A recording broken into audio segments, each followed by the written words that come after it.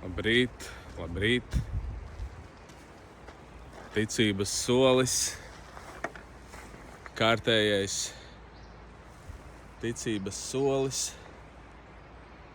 Ir ko teikt, nav ko teikt, nav svarīgi. Mēs esam šeit.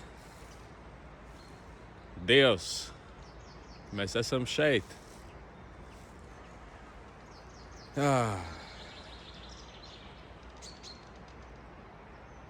Mēs zinām, ka ir svarīgi spērt ticības soļus.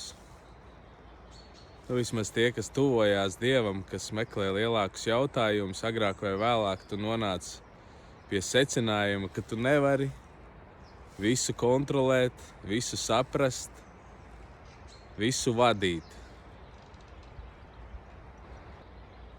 Un tad mēs saprotam, ka mums ir jāspēr soļi ticībā. Un ironiski, ka sākumā mēs speram to soli vispār runājot ar Dievu, ar kaut ko, ko es nevaru šobrīd redzēt un pārbaudīt, bet es speru ticības soli, ka tu esi un tu dzirdi, un viņš atbild. Katram savā veidā, bet viņš noķer tur otrā pusē. Un tad tas dzīvesveids paliek pavisam savādāks kā iepriekš. Ja iepriekš tu visu izdomā, un visu mēģini saprast, pirms spērt soli, tad tagad ir otrādāk. Kā jau arī Jēzus saka, ka debesu valstībā viss ir otrādāk. Tu tagad lieto prātu tikai tik, cik nepieciešams. Tas vairs nav tava galējā autoritāte, tu vairs nespēlē Dievu. Tagad tev prāts ir vienkārši instruments. Un tu mācies atlaist tad, kad nav nepieciešams. Un lietot tikai vajadzīgajos brīžos.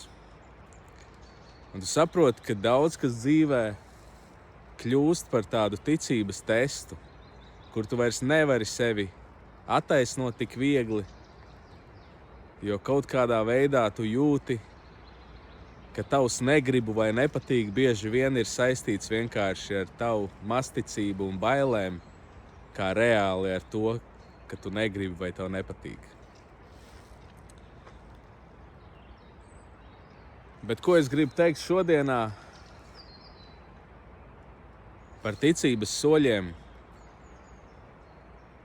Tas var citreiz uzlikt arī tādu lielu nastu, kad sāk ieslēgties šis garīgais ego. Saulīt spīd. Ka liekas, ka ir jāveic kaut kas pārdabisks katru dienu, kaut kādi milzīgi soļi, kaut kādas milzīgas misijas, kaut kas tāds milzīgs.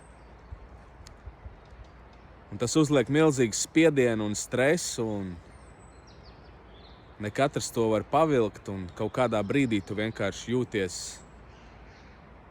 nederīgs Dievam. Jo tu vienmēr dari pa maz. Tev vienmēr liekas, ka tu neesi gana produktīvs. Tāpēc, kad ir ienākusi šī viltus pārliecība, ka ticības soļi sastāv uzreiz no kaut kā liela, ka tev kaut kas ir tāds grandios jāizdara, un tad Dievs tev noķers otrā pusē. Bet tas viss ir pārspīlēts un aizrauts otrā galējībā. Tāpēc, kad viss sākas ar mazajiem soļiem, mazie solīši, ka tu spēr mazos ticības solīšus. Tie var būt pat tik mazi, kā vienkārši Dievs, es esmu šeit.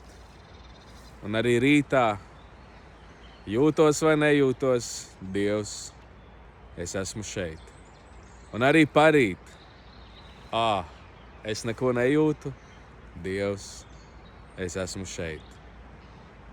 Un tur veidojās uzticamība, kaut kas vairāk par grandiozu vienas dienas sajūtu, par kaut kādu grandiozu vienreizēju notikumu, bet tu veido kaut ko stabilu, dziļi iekšienē.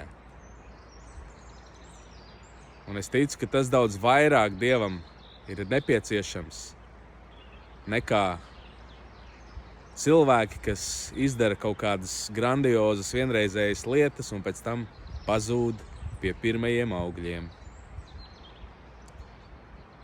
Tā kā iedrošinājums tev un man Nesteigties uzreiz ar lieliem soļiem. Kā tur saka Bībelē, kas mazumā ir uzticams, tam arī piešķirs tās lielās lietas. Tā kā sākam ar to mazumu, lai ir tas sinepi graudiņš, mūsu ticība, kur mēs varam parādīties katru dienu, kaut kādā veidā, Dieva priekšā. Pat ja nav ko teikt, pat ja nejūtamies gudri, iedvesmoti, kur ir tas mazais solīts tavā dzīvē, kuru tu vari spērt šodien?